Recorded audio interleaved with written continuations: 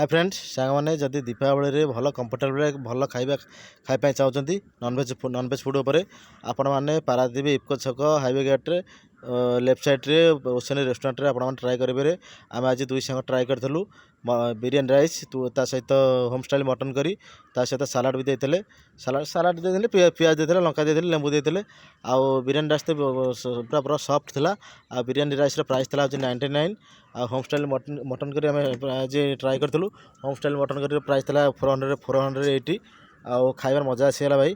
आम 3 plate मगैलु fast 2 plate मगैलु आ गोटे plate मगैलु आ दुई सांग ट्राए कलु home style mutton curry with biryani rice price था टोटाल आम लास्ट को बिल होता आमर 1700 आ खाई मजा आसला भाई।